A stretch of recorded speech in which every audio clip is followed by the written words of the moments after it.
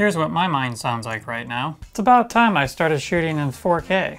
You and your clients have never had a problem with your HD workflow, but 8-bit color is not cutting it, and the image quality is not nearly as good as a new camera. You could use the lighting kit that you have to help with your image or study composition more. But I found a great deal on eBay. You just got upgraded from your DSLR 2 years ago, and you had that for half a dozen years. Maybe you could wait a little bit longer. But I feel cheap and embarrassed when I tell people what camera I shoot on. You should let your work speak for itself. Most people don't know camera models, but they know Epic Video when they see it. But all my competition has a C70! Maybe you could join a Facebook group for your current camera and see just how many other people have that camera, love it, and make great video and great money with it. But I want a new camera! Well, you operate a business, not a slush fund. But really, what do we do with this kind of decision to make? Let's start with some guiding principles. First, you're a business, so you're supposed to make profit.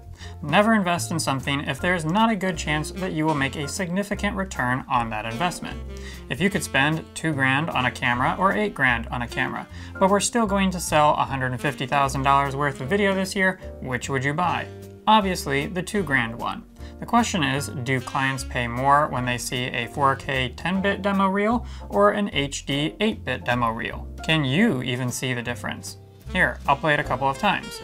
One of these is HD 8-bit and the other is 4K 10-bit. Specs don't upsell budget. Business owners put their money towards the scope of work, relationships, and trust. Invest in the things that will truly give you ROI. Secondly, time is money. Convenience and better tools can pay off. If it takes you a half hour to color grade an average video from scratch and a $50 LUT cuts that time in half, how long will it take that LUT to pay for itself?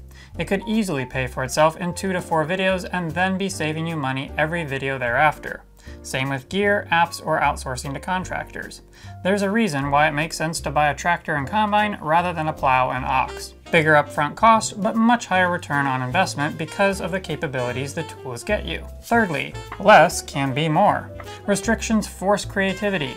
Cutting back and working with bare bones often forces you to focus only on that which truly matters. In business, good enough is fine more often than not. You are the biggest factor in the quality and effectiveness of your video, not your gear. Which Super Bowl commercial do you remember more?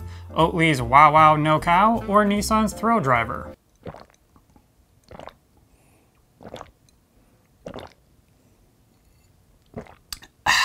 Fourthly, speed is king. My former boss said everyone remembers that the Wright brothers were the first to fly.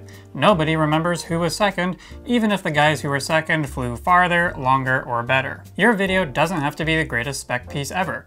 It has to reach an audience with a story and elicit a desired action or response from them. Good enough is just fine. Finally, consider what are the hidden costs to this investment. Will the new camera require additional accessory pieces? How do the file sizes compare, and how many more hard drives will you have to buy in a year? So back to the original question.